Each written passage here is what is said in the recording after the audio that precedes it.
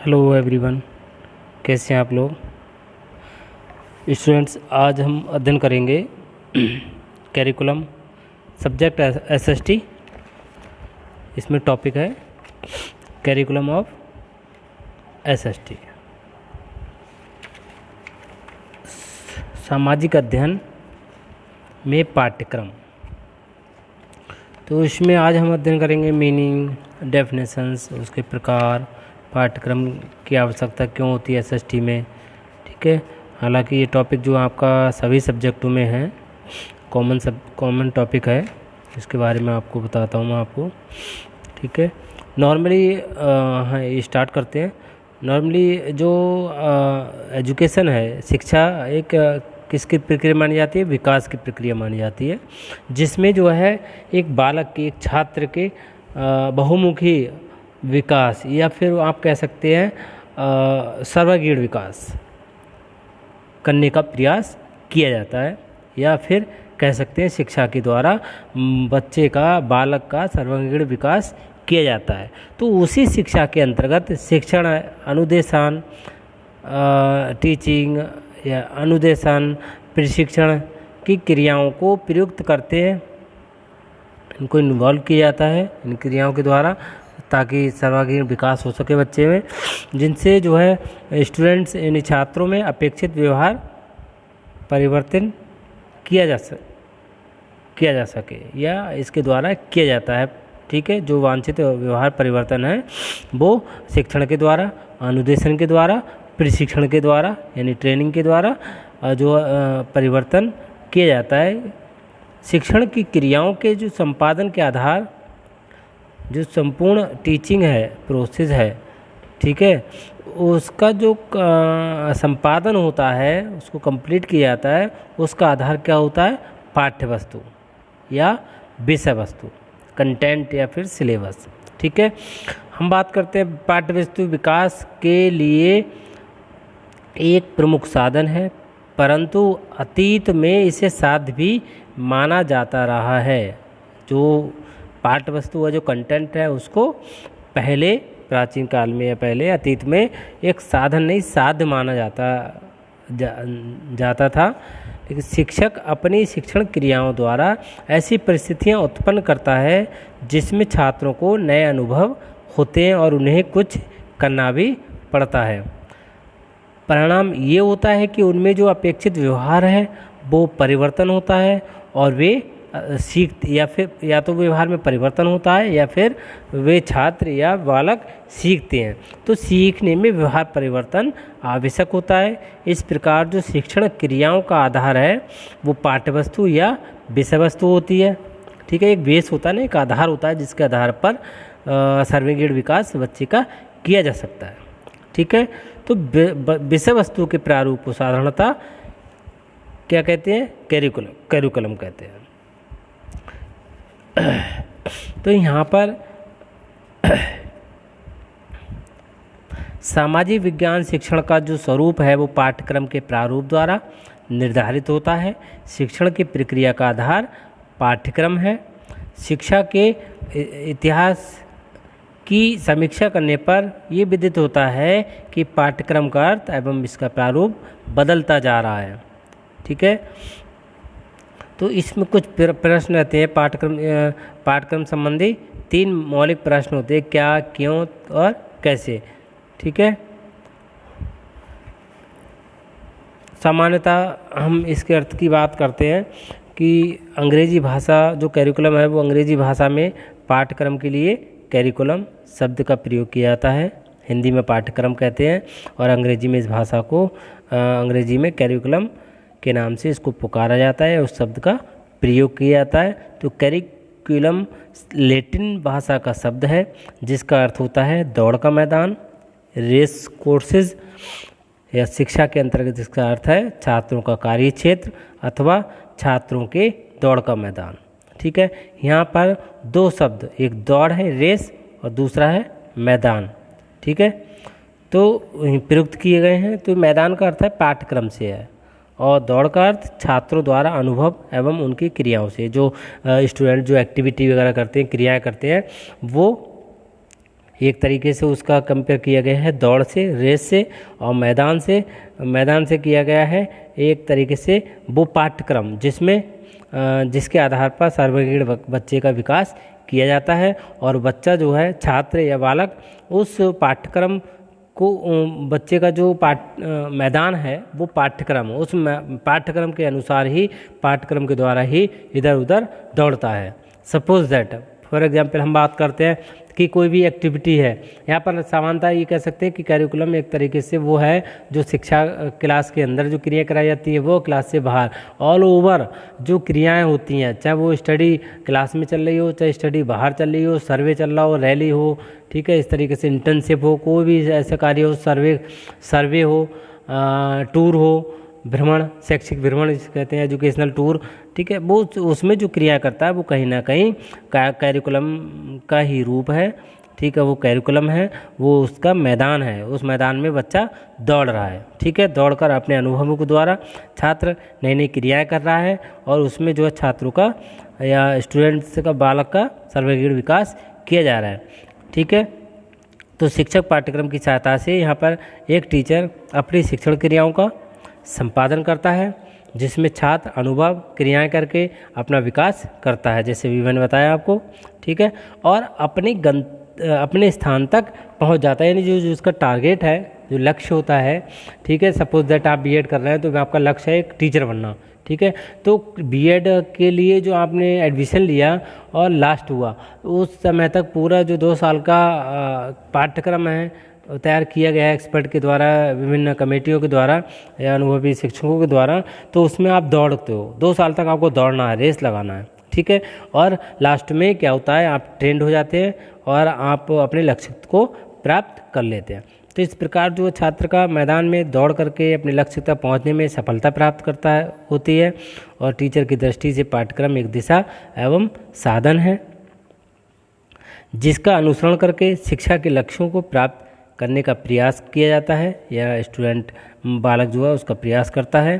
तो यहाँ पर समानता पाठ्यक्रम के अर्थ को स्पष्ट करने का प्रयास दार्शनिकों, समाजशास्त्रियों, मनोवैज्ञानिकों ने भी किया है। तो बहुत सारे समाजशास्त्री हैं, मनोवैज्ञानिक हैं, दार्शनिक हैं, इन्होंने जो है अपने अपने उसमें परिभाषित किया है, इसको अपने अपने शब्दों में, अपने विचारों में पाठ्यक्रम को परिभाषित किया है। तो समाजशास्त्री पाठ्यक्रम का अर्थ अधिक व्यापक लगाते हैं, जैसे इसमें है एक है आने के अनुसार पाठ्यक्रम का शब्द का अर्थ है उन सभी क्रियाओं एवं परिस्थितियों से होता है जिनका नियोजन एवं संपादन विद्यालय द्वारा बालकों के विकास के लिए किया जाता है। इससे शिक्षा के उद्देश्य बदलते रहे हैं, ठीक है। अतीत में जो पाठ्यक्रम का अर्थ था वो संकुचित था, कुछ विषयों में शिक्षा के प्रारूप को ही पाठ्यक्रम कहते थे, जो एक स्ट्रक्चर तैयार किया जाता था एजुकेशन का, उसको ही पाठ्यक्रम कहते थे। परंतु आज के संदर्भ में अगर देखा जाए आधुनिक समय में या आधुनिक युग में, वर्तमान समय में इसका अर्थ जो है अधिक व्यापक है। बालक को भावी जीवन के लिए, फ्यूचर के लिए तैयार कर सके ऐसा पाठ्यक्रम होना चाहिए। केवल ज्ञान देने तक सीमित ना हो, मतलब एक्सपीरियंस, अनुभव, सारी चीज़ें उसमें हो। पाठ्यक्रम विकास सदैव भविष्य के लिए किया जाता है। तो इसको परिभाषित किया है बहुत लोगों ने, कई लोगों ने, विद्वानों ने। तो यहाँ पर शिक्षा मैं परिभाषा बताता हूँ आपको, चाहे आप नोट कर सकते हैं। फर्स्ट है फ्रोबेल के अनुसार इन्होंने कहा है पाठ्यक्रम को मानव जाति के संपूर्ण ज्ञान तथा अनुभवों का सार समझना चाहिए। मैंने जैसे भी बताया ना, पाठ्यक्रम कैरिकुलम जो है एक क्लास के अंदर की क्रियाएं, क्लास के बाहर की क्रियाएं, कुछ जैसे आपका बीएड कोर्स है, कुछ क्रियाएं ऐसी होती हैं जो कॉलेज लेवल पर होती हैं। वहाँ के जो शिक्षक हैं, एक्सपर्ट शिक्षक होते हैं, वो ऑर्गेनाइज करते हैं, उसको प्लान करते हैं और स्टूडेंट से क्रियाएँ करवाते हैं, ठीक है। नेक्स्ट है मुनरो के अनुसार इन्होंने कहा पाठ्यक्रम में वे सभी क्रियाएं सम्मिलित हैं जिनका हम शिक्षा के उद्देश्यों की प्राप्ति के लिए विद्यालय में उपयोग करते हैं, ठीक है। जो शिक्षण उद्देश्य हैं उनको प्राप्त करने के लिए विद्यालय में या संस्थान में उनका उपयोग करते हैं। नेक्स्ट है हॉर्न के अनुसार इन्होंने कहा है पाठ्यक्रम वह है जो बालकों को पढ़ाया जाता है, ये शांतिपूर्ण पढ़ने या सीखने से अधिक है। इसमें उद्योग, व्यावसायिक, ज्ञानोपार्जन, अभ्यास और क्रियाएं सम्मिलित हैं। ये सारी चीज़ें आती हैं इसमें, ठीक है। नेक्स्ट है, बहुत सारी परिभाषाएं हैं, मेन आपको बता देता हूँ मैं। नेक्स्ट है माध्यमिक शिक्षा आयोग। माध्यमिक शिक्षा आयोग, इस आयोग ने कमेटी थी ये, इसने कहा था पाठ्यक्रम का अर्थ रूढ़िवादी ढंग से पढ़ाए जाने वाले बौद्धिक विषयों से नहीं है, परंतु उसके अंदर वे सभी क्रियाकलाप आ जाते हैं जो बालकों को कक्षा के बाहर तथा भीतर भी या अंदर भी प्राप्त होते हैं। मतलब वही क्रियाएं आती हैं सारी जो एक छात्र या विद्या बालक क्लास के अंदर सीखता है और क्लास के बाहर भी उस सीखता है, ठीक है। वो सारी क्रियाएं पाठ्यक्रम कहलाती हैं। ऐसी जॉन एफ कीर इन्होंने कहा है कि विद्यालय द्वारा सभी प्रकार के अधिगम तथा निर्देशन का नियोजन किया जाता है, चाहे वह व्यक्तिगत रूप से या सामूहिक रूप से या फिर विद्यालय के अंदर अथवा बाहर व्यवस्थित किए जाएं। वे सभी पाठ्यक्रम प्रारूप होते हैं, पाठ्यक्रम का ही एक पार्ट होती है। नेक्स्ट है फिलिप एच टेलर ने कहा है, according to Philip H Taylor, कि पाठ्यक्रम के अंतर्गत पाठ्यवस्तु, शिक्षण विधियाँ तथा उद्देश्यों को सम्मिलित किया जाता है तथा इन क्रियाओं को कैसे आरंभ किया जाए, इन तीनों पक्षों की अंतःक्रिया को पाठ्यक्रम कहते हैं, ठीक है। यानी मीन्स इन्होंने क्या कहा है। नेक्स्ट है पॉल हिर्स्ट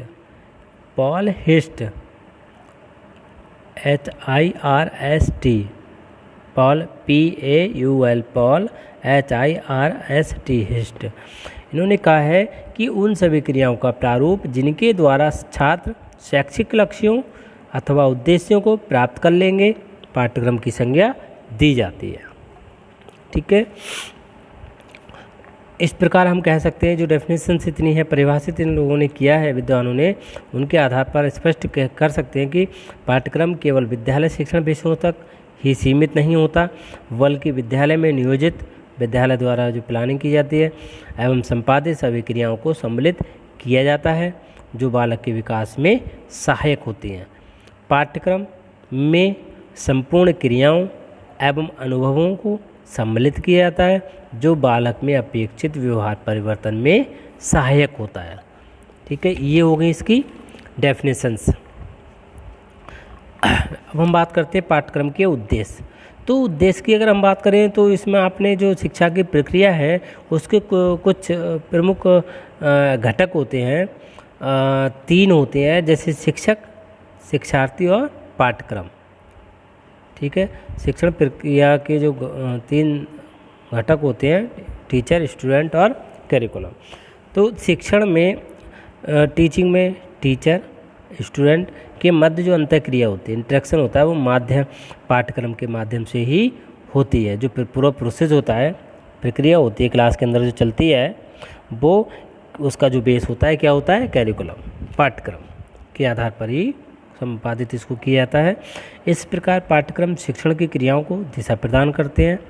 इन तीनों घटकों के पारस्परिक अंतःक्रिया द्वारा बालक का विकास किया जाता है। शिक्षण में 3 घटकों का विशेष महत्व होता है, ठीक है, ये तो सभी जानते हैं। कुछ पॉइंट्सों के आधार पर, तथ्यों के आधार पर हम कह सकते हैं कि इसका क्या उद्देश्य है, क्या कार्य हैं पाठ्यक्रम के। तो पहला पॉइंट है जैसे पाठ्यक्रम बालक के संपूर्ण विकास हेतु साधन प्रदान करता है जिसकी सहायता से शिक्षण की क्रिया को संपादित किया जाता है और पाठ्यक्रम में मानव जाति के अनुभवों को सम्मिलित रूप से स्पष्ट करके संस्कृति तथा सभ्यता का हस्तांतरण एवं विकास करना, ठीक है।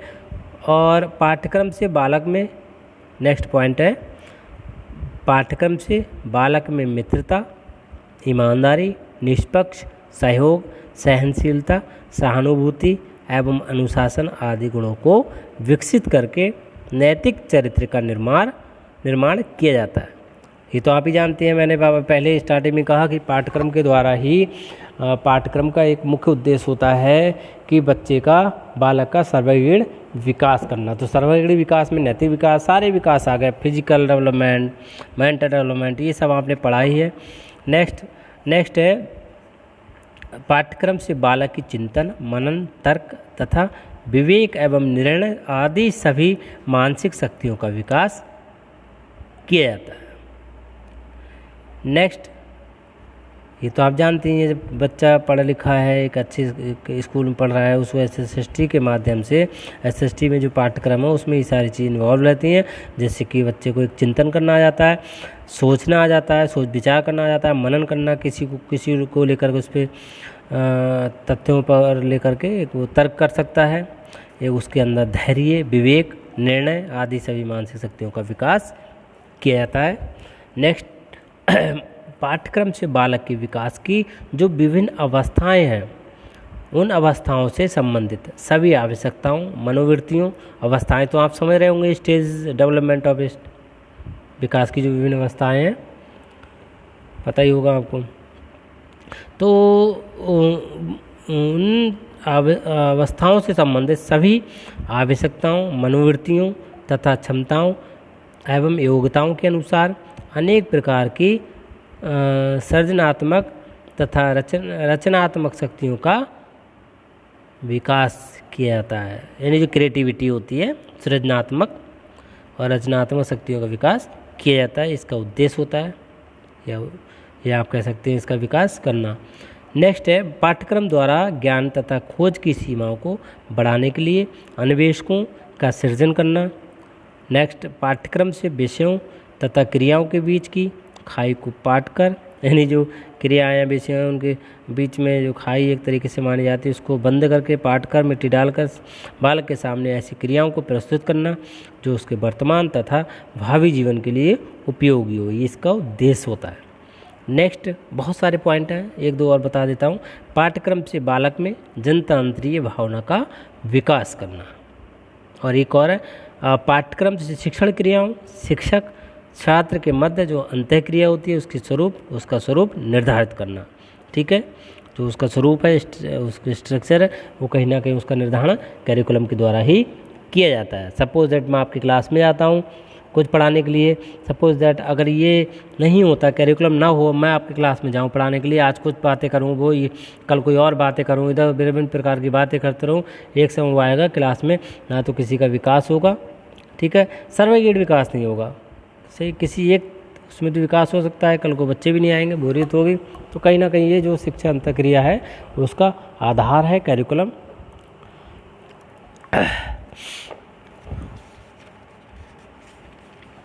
नेक्स्ट है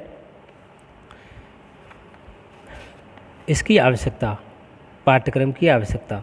तो सभी जानते हैं पाठ्यक्रम की आवश्यकता क्यों होती है, कुछ पॉइंट्स के आधार पर अभी बात कर लेते हैं कि इसकी आवश्यकता क्यों होती है। तो यहाँ पे शिक्षा एवं पाठ्यक्रम की जो आवश्यकता है वो समान होती है, परंतु शिक्षा की ऐतिहासिक समीक्षा से ये विदित होता है कि ये आवश्यकताएँ बदलती रहती हैं, या बदलती रही हैं, पहले बदलते कुछ और थी, फिर बाद में कुछ और, इस तरीके से कुछ पॉइंट्स इनके आधार पर बताता हूँ आपको। जैसे एक पहला पॉइंट है, ज्ञान प्राप्त करने के लिए अन्य जीवों से प्रमुख भिन्नता मानवीय ज्ञान की दृष्टि मानी जाती है। ये तो आप जानते ही हैं कि जो मनुष्य है सबसे ज़्यादा ज्ञान होता है मनुष्य को होता है, दिमाग मस्तिष्क जो चलाता है मनुष्य चलाता है, ठीक है। और कहीं ना कहीं जो विकास किया है सबसे ज़्यादा ये मानव जाति ने ही किया है, और किसी जाति ने कोई विकास नहीं किया है। तो इसलिए इसकी पाठ्यक्रम की आवश्यकता होती है। नेक्स्ट, मानसिक पक्षों का प्रशिक्षण तथा विकास करने के लिए विभिन्न विषयों के शिक्षण से मानसिक पक्षों का प्रशिक्षण किया जाता है। बहुत विभिन्न प्रकार के जो सब्जेक्ट हैं उनके सिलेबस के द्वारा जो मानसिक पक्ष है, सही है, मस्तिष्क मेंटली, तो उसका विकास किया जाता है। और व्यवसाय तथा नौकरियों के लिए भी तैयार करना। MBA है, मैनेजमेंट कोर्स है, तो मैनेजमेंट से संबंधित कंप्यूटर कोर्स है तो उससे संबंधित कोर्स किए जाते हैं। ठीक है। तो कहीं ना कहीं व्यवसाय को बढ़ावा देना, उसको नौकरियों के लिए भी प्रशिक्षण देना, उसके लिए तैयार करना। शिक्षा से नौकरियों के लिए प्रशिक्षण भी प्राप्त होता है और छात्रों में अभिरुचियों को उत्पन्न करने के लिए छात्रों की क्षमताओं के अनुरूप उनका विकास करना, ये इसलिए इसकी आवश्यकता होती है। छात्रों के व्यवसायों के लिए प्रशिक्षण देकर तैयार करना राष्ट्रीय शिक्षा नीति की भी यही प्राथमिकता होती है। ये तो सभी जानते हैं ना, राष्ट्रीय शिक्षा नीति क्या है। नेशनल एजुकेशन जो पॉलिसी है, राष्ट्रीय स्तर पर जो पॉलिसी तैयार होती है शिक्षा से संबंधित, वो नेशनल एजुकेशन पॉलिसी है। तो उनका भी ये उद्देश्य रहता है कि कहीं ना कहीं छात्रों को व्यवसायों के लिए प्रशिक्षण देकर तैयार करना। आजकल तो जो पढ़ाई कर रहे हैं लोग नौकरी के लिए, बिजनेस के लिए ही कर रहे हैं ना, तो कौन पढ़ना चाह रहा है, ज्ञान कौन लेना चाह रहा है। पहले थे ज्ञान विद्वान बनने के लिए जाते थे पढ़ने के लिए, अब नहीं है। अब तो खाली डिग्री मिल जाए या फिर हम किसी कोर्स में रेगुलर या कैसे कर रहे हैं तो हमारा टारगेट है हमें जॉब मिल जाए, हमें बिजनेस करना है तो उससे संबंधित नॉलेज मिल जाए, अनुभव मिल जाए, बस यही। तो यही है। नेक्स्ट, मानवीय गुणों के विकास के लिए शिक्षा में महत्व दिया जाता है, ताकि किसका महत्व दिया जाता है, कैरिकुलम का, पाठ्यक्रम का, ताकि आत्मानुभूति का विकास किया जाए। और मतलब जो खुद का नेक्स्ट है, सामाजिक आवश्यकताओं के लिए नागरिकों को तैयार करना, सौंदर्याभूति मूल्यों का विकास करना, छात्रों को भावी जीवन के लिए तैयार कर सके, ऐसा कैरिकुलम होना चाहिए। इसलिए कैरिकुलम की आवश्यकता होती है। तकनीकी विकास तथा वैज्ञानिक आविष्कारों के लिए भी तैयार करना। तो इस प्रकार से हम ये भी कह सकते हैं कि शिक्षा एक तरीके से क्या है, एक सामाजिक प्रक्रिया है जो सामाजिक परिवर्तन एवं सामाजिक नियंत्रण के लिए प्रभावशाली प्रणाली है। इसलिए समाज की, राष्ट्र की भावी आवश्यकताओं एवं परिवर्तन के लिए पाठ्यक्रम का विकास करना एवं उसका मुख्य लक्ष्य होता है और इसीलिए ही इसकी आवश्यकता होती है। ठीक है, बाकी नए लेक्चर के माध्यम से जो टॉपिक से इसका रह गया है अभी बताते हैं उसके बारे में। Thank you.